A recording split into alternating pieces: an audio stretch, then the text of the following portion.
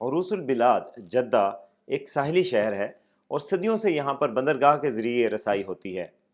اس کے علاوہ اسے حرمین شریفین کا دروازہ بھی کہا جاتا ہے کیونکہ یہ دونوں مقدس شہروں کے درمیان میں واقع ہے۔ آج ہم آپ کو جدہ شہر کی قدیم مساجد کے بارے میں بتائیں گے۔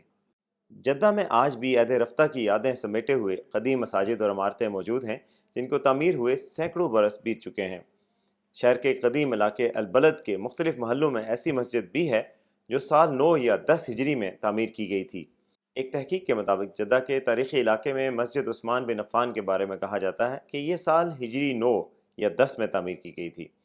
مسجد عثمان بن عفان کا دوسرا نام مسجد الابنوس ہے۔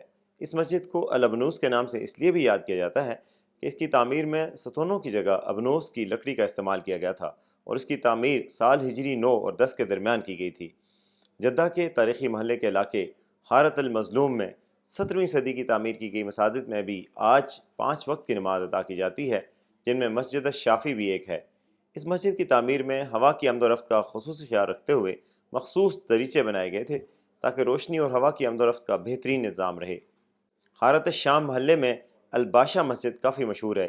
اس مسجد کی شناخت اس کے اذان دینے کے لیے بنائے گئے خصوصی منبر ہیں جو اس وقت کے انتہائی جدید منبروں میں شمار ہوتے تھے۔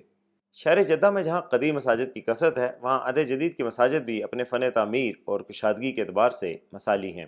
اس حوالے سے مزید تفصیلات اور اس طرح کی مزید خبروں کے لیے دیکھتے رہیے urdunews.com۔